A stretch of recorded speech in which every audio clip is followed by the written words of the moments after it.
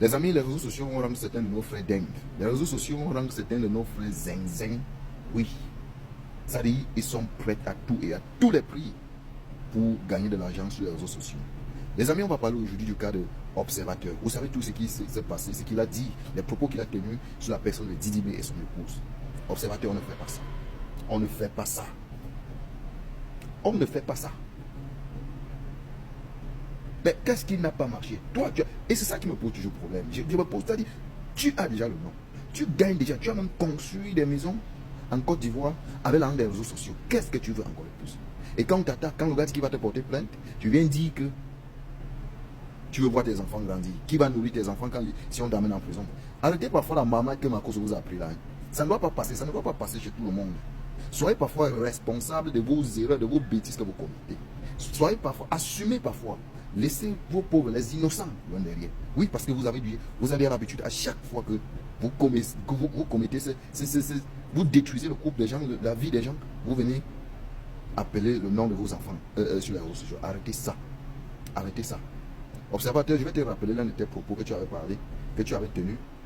On se rappelle encore des problèmes que tu avais eu avec sur Trace Ivoire, avec le vieux père d'Igwe Cravate.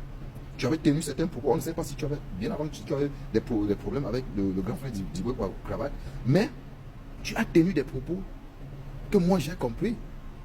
Tu avais dit, ils veulent détruire ce qu'ils n'ont pas construit. Ce sont tes propos.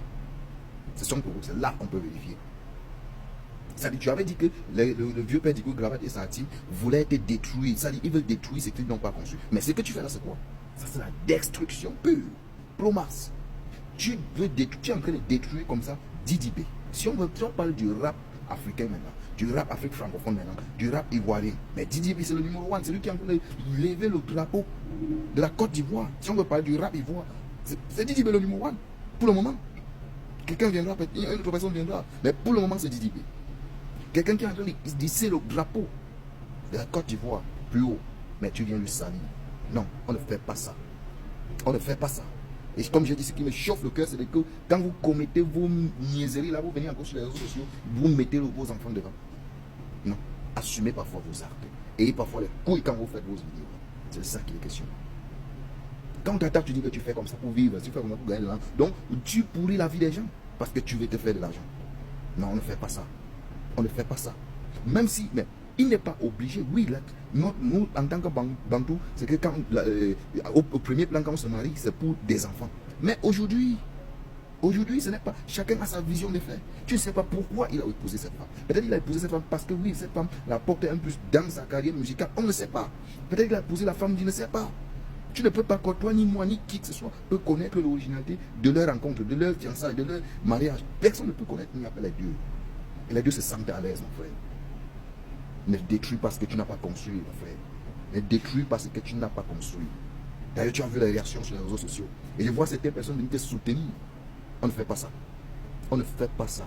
Arrêtez parfois, arrêtez ça. Quand il faut parler des vraies choses, toi là, toi, tous les blogueurs, certains humoristes, certains artistes, les artistes, ils font des sorties, même sur les mauvaises routes qui sont en Côte d'Ivoire, sur la situation de vie des bas peuples en Côte d'Ivoire. Mais toi, tu n'as jamais, tu es toujours du côté de l'oppresseur. Oui, tu es du côté de l'oppresseur. As-tu déjà fait une vidéo pour dénoncer au moins quelque chose qui n'a pas marché, un mauvais fonctionnement en Côte d'Ivoire? Non.